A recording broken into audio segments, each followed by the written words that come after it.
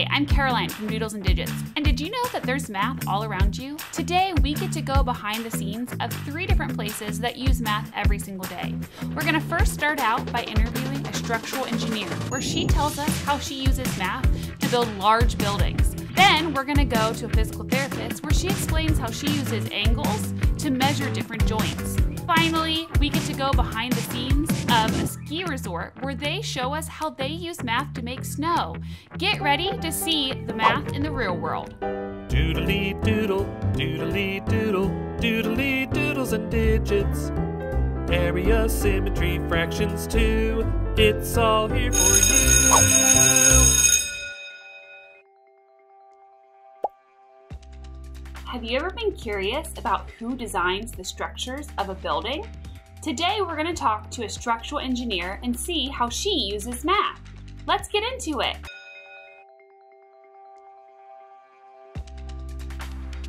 My name is Faye Garstang and I am a professional engineer. I work for Schaefer and we design structures.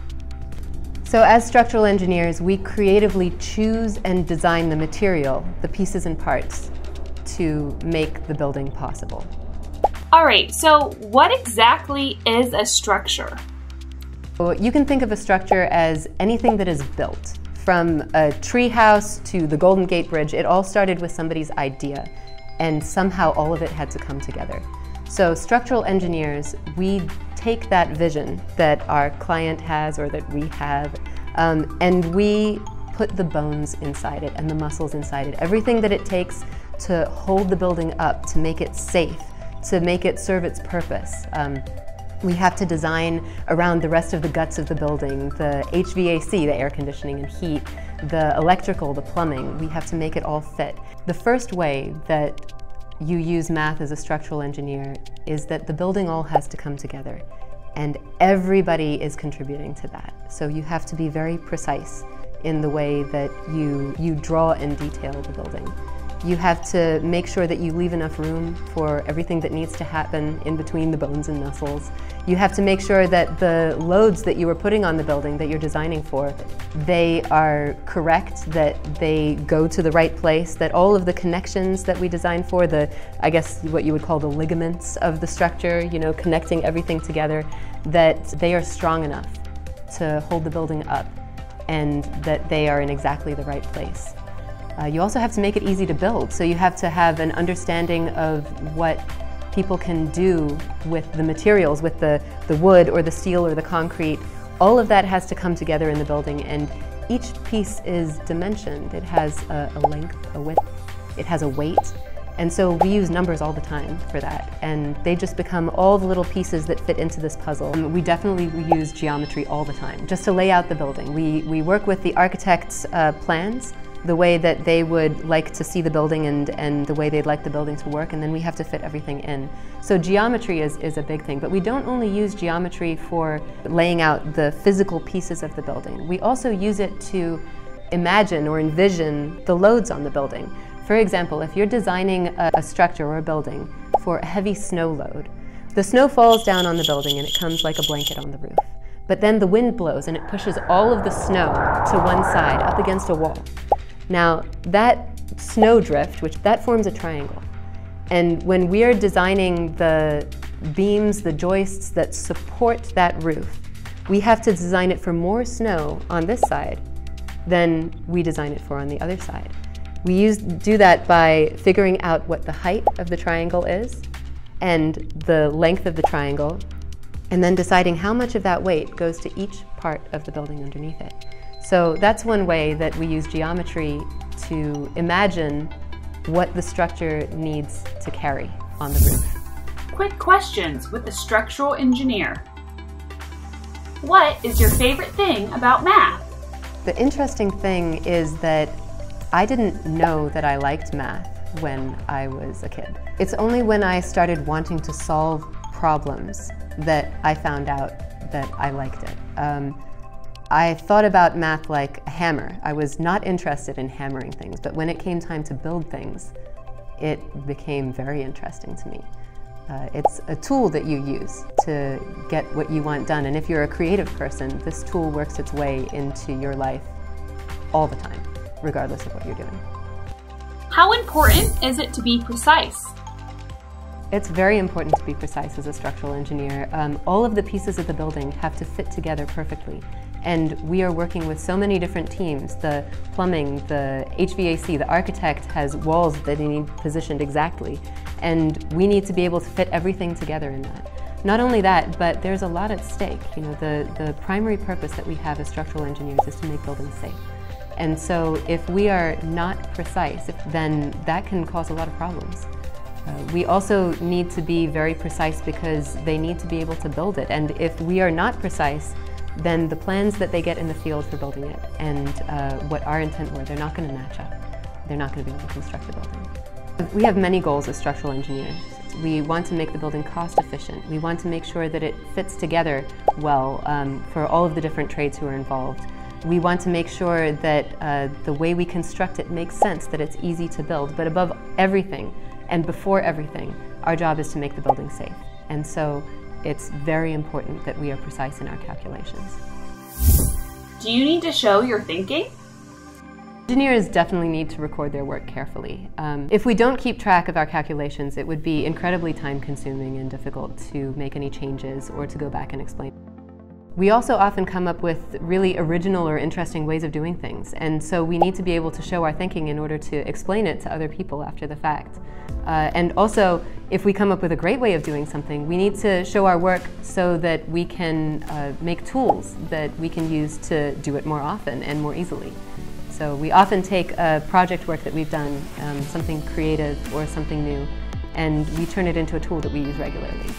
So. What tools do you use as a structural engineer? The first tool we have is the drawings, and the drawings can either be on the computer screen, because looking at the drawings on the computer gives you a lot of flexibility. You can get very precise with your measurements. You can get a bigger picture and a smaller picture all at once. Drawing things on paper is a great way to visualize how the connections come together, a very efficient way to put together a detail that we're then going to use to figure out how the structure comes together. For our calculations, we often use Microsoft Excel, which is a program that we can use to generate many calculations very quickly and efficiently. We have very sophisticated structural design software that we use to help design the whole building. And when we are learning how to use these tools, we need to have a good understanding of how they work. Structural engineering programs give us a huge advantage because they take small calculation and replicate it for the entire structure. So by understanding how they work for each component, we can allow that structural design software to help us do the heavy lifting on the project, to do those calculations over and over. Just like in a math problem, if you understand what the process is for addition, division, geometry, all of these concepts, then you can use a calculator and be confident in the result because you know what that calculator is doing. But first you have to prove it to yourself so that you understand it. Did you enjoy math growing up? I was not interested at all. And then it came time and I suddenly discovered that I wanted to be an engineer. And that was a surprise to me. I was not at all prepared. So if you enjoy math, then you're at a huge advantage because it'll make getting good at it easier. If you're like me and you don't really enjoy this part of it, put the work in now. And you'll find out that it opens doors for you that you never expected.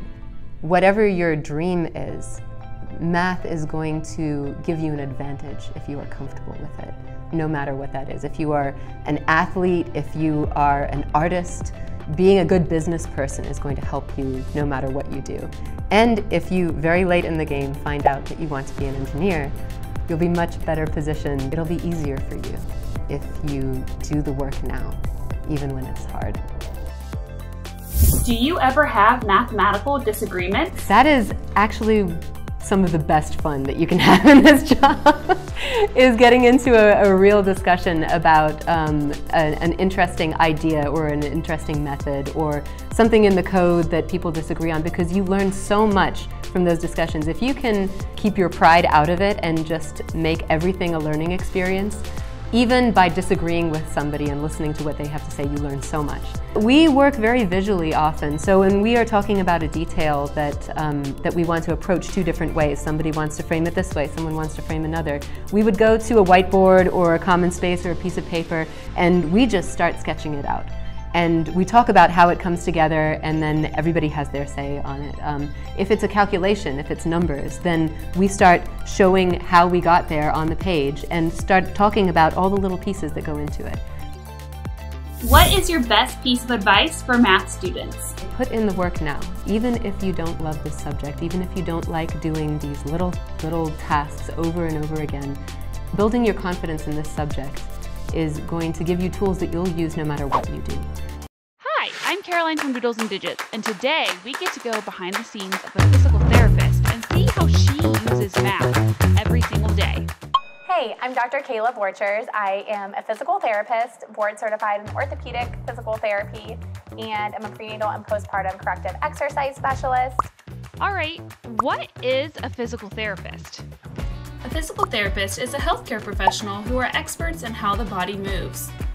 Being a physical therapist is so much fun because I get to help my patients heal through movement. No day is the same. Each time when a client comes in, I'm reevaluating them. So the plan I had in my mind, I might scrap if they're feeling way better than I thought they would, or maybe not so good because they just got back from a long car trip. So I'm constantly adjusting on the fly to meet my patients' needs, and they're leaving me feeling better and returning to a life really well lived. So as a private practice physical therapist, I'm not only a physical therapist, I'm also a business owner. So my day starts by opening the studio, getting the lights on, getting my table all set up, logging in, seeing if I have any client emails to respond to, and then checking out which clients I'm seeing for the day. So I'll do a chart review on them if they're a new patient, seeing their intake criteria. So that's where they tell me about what complaints that they've had going on, what symptoms they've had that are bringing them in. And then for any existing clients, I'm looking at what we did last appointment and helping to derive my game plan for that day's appointments. All right, so as a physical therapist, we use these things called goniometers all the time. So what we use this for is to look at joint angles. So for instance, we might see if somebody's at a right angle for their dorsiflexion. That's considered neutral, that's 0. And then in dorsiflexion, in case you didn't know, is how much your toes move towards your shin. So for measuring that angle, we want to see how far somebody moves. I put one arm along their shin, one arm along their foot, and move it. And then I have to subtract from 90 degrees, which was my neutral, how many degrees they moved. So that helps me get a comparison from their injured side to their non-injured side, or looking at them at an initial appointment compared to when we're done with our course of care. So patients have scheduled appointment times, so it's very important to be prompt and timely. So if I know a patient starts at 2:00 p.m., I am going to be finishing up my patient before them, probably 5 till 2, so that I have time to clean my space and be ready for that next patient. Now, in an insurance-driven model, which I'm no longer a part of as a private practice owner, but when I was, there's these 15-minute increments you need to align by. So if you see a patient for 45 minutes, you can bill 3 units because it's looking at 15-minute increments. If you see a patient for 60 minutes, you can bill 4 units. And so keeping track of time, especially in an insurance or hospital-based setting, is very important because it determines how much you can bill for your services. I'm counting all the time. We count people's repetitions. I'm saying, do 3 sets of 10 or 3 sets of 15, and then looking at that overall number. So if I'm counting somebody's repetitions, one visit they might do 3 sets of 10, so that's 30 total repetitions, right? 3 times 10. Then the next time I might have them do 2 sets of 15. So we're still getting 30 total repetitions, again, that multiplication, but we're doing it in 2 larger chunks, so it makes the exercise more challenging. Math questions with a physical therapist.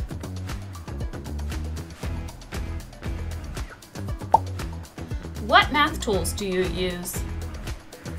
All right, so my tools: trusty goniometer, a tape measurer, a calculator, and then my mind. Why is it important to be precise? It is important to be precise as a physical therapist because, as mentioned with those ankle measures, if you're not precise and you say that somebody's ankle movement is perhaps 8 degrees, but you weren't precise and somebody else measures it and finds 5 degrees, when you go to check for change a month down the road, your ankle may say that there's been no change because they're still measuring at 8.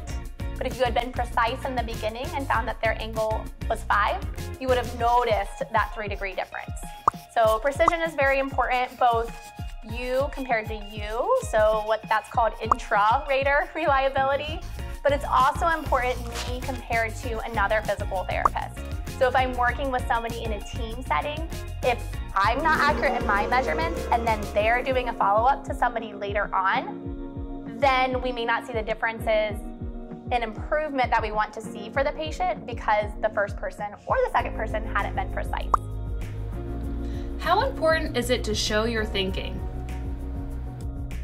As physical therapists, we have to keep notes about what we do with our patients so that whenever I see them for a follow-up visit, I know what we did the last time. So for instance, we'll take it away from the ankle. Let's look at the shoulder now. Last time somebody moved to 160 degrees for their shoulder flexion. Next visit, I'm going to look at how far they're moving, and if they're only moving to 150, I'm gonna look at last week's notes and know, ooh, they're doing worse. What may have changed? What can we do to improve that?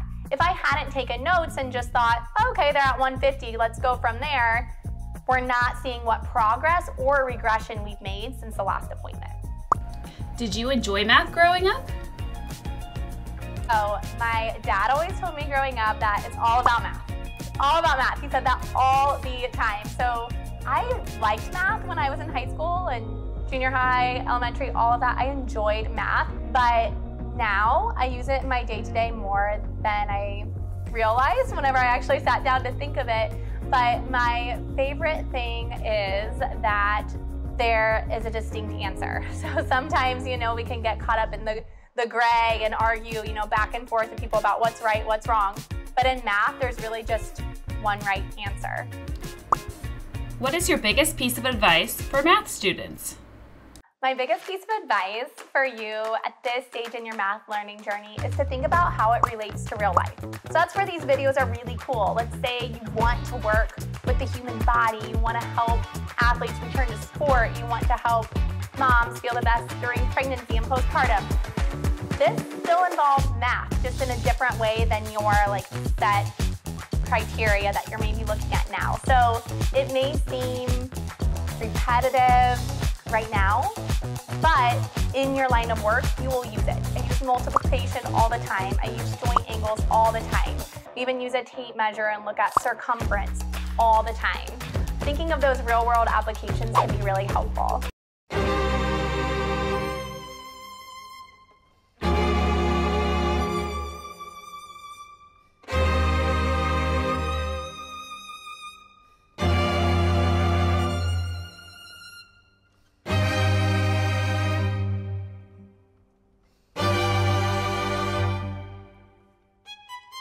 Have you ever been curious about how ski resorts always have the perfect amount of snow for skiing and snowboarding? Well, today we actually get to go behind the scenes of a real ski resort where they make snow to make sure that the conditions are perfect for your winter activities. Here in Ohio, snow isn't always the most reliable. Sometimes there's a ton of it, sometimes there's not very much. So they actually make their own snow to make sure that there's always enough. What's awesome about it? There's tons of math involved. So today we get to discover exactly how they use math for creating snow, what angles have to do with skis, and also how they use charts every single day.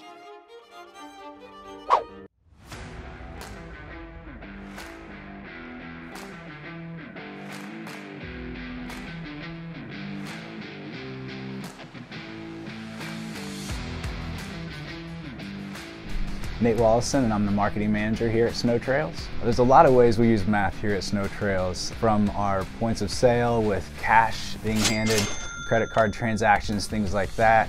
We do lots of inventory and quantities. With our snowmaking system, we use different calculations that help us to understand wet bulb and things that deal with temperature and In marketing, we use click-through rates, different things that help us to understand the numbers and how are we doing, what does success look like, how do you figure out your reports and then make decisions for the future. We always want to make the best product out here. Our product is snow. When you take the right temperature and the right humidity, it comes together with a calculation called wet bulb temperature. And in order to have dry snow, to make sure it's not wet, I mean, everybody loves to make a snowman, which is wet snow. It packs together well. But out here we want it to be powdery. We don't want it to be wet because if something gets cold, it freezes then, right, if it's wet. So we don't want ice. This is snow. We want to have a great product. So ultimately, being precise with snowmaking helps us to control the product, make sure that the snow is really good, and then it skis and snowboards much better. All right, so exactly how do you make snow? For making snow, we have a very complex process, but it breaks down into water and air and a little bit of pressure. So the whole process starts in our pump house. We have different pumps that are very powerful that push the water out to each snow gun, and we want that water to be really cold. So we actually added a cooling tower as well that can first cool the water down by 13 degrees before it goes out to the snow gun. The colder the water, the faster water can turn into a snowflake as it goes out of the snow gun. So it's a process that is really fun to watch. It's something that's really incredible. We're making snow out here. There's nothing fake about it. Basically, you take water and compressed air and push it out to each snow gun. That has a large fan that blows the water out into the air, and then it falls, which is called cure time, and then we have snow. Our snowmakers are out checking each snow gun throughout the process, but we love it. It's called a bounce check. So we'll have a snowmaker out there with his jacket that's waterproof, and if the snow bounces off of his jacket, then that means that it's dry snow. If it sits and melts just right on his jacket, that means that the temperatures are either a little warm or maybe we are using too much moisture, so we'll back the gun off. We have different banks that can make it to where you're not putting as much moisture out into the air. With snowmaking, we have to estimate how much water is needed at certain temperatures, and then we reference charts. We use different resources like our online platform that helps us to see each number and help us to estimate how much water we can use at certain times to make the best quality snow. Yeah, in our rental center, we have equipment that's sized and set specific to you and your ability level. So you'll come in and our technician will take your height, weight, and ability and look at a chart and make sure that that binding for your boot is set properly to your weight and ability. Yeah, we have a ski shop here on site, which is really neat because it's a full service ski shop.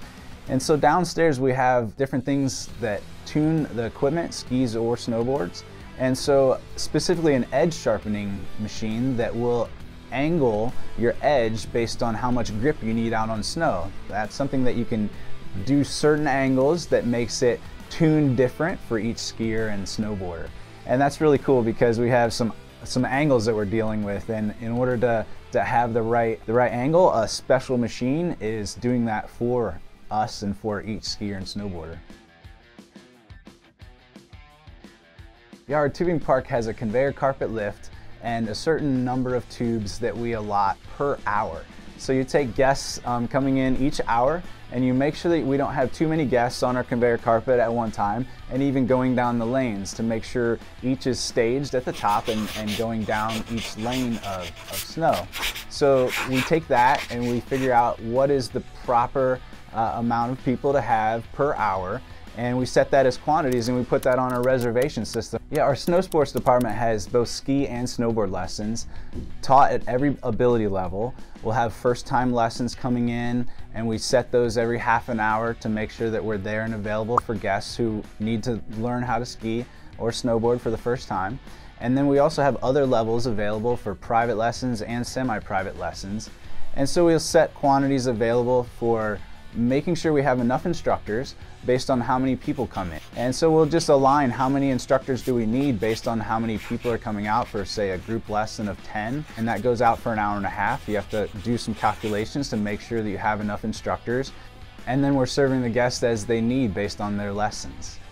Each of our lifts have a certain number of chairs, and we make sure that we space those out properly along the rope that we call. It's actually a wire rope, and so it's tensioning the system based on hydraulics, and so you can know how many people you can carry uphill.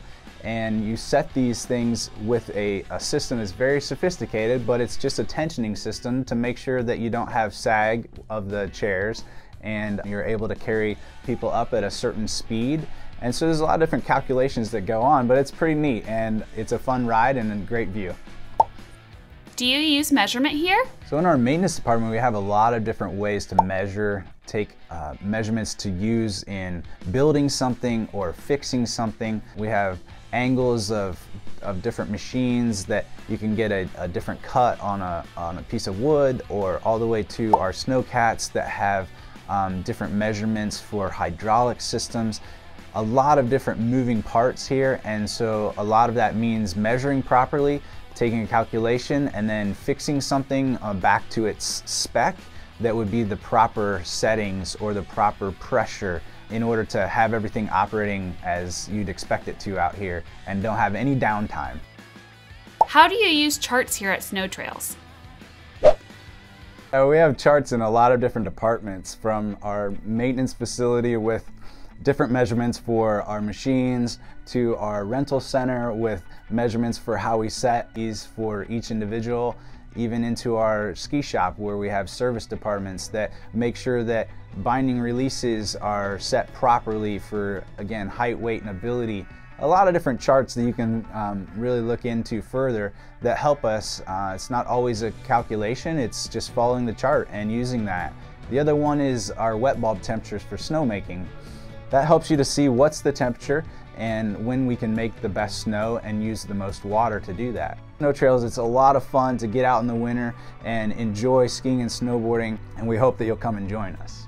Did you like this video? Subscribe so you don't miss any more videos about real life math.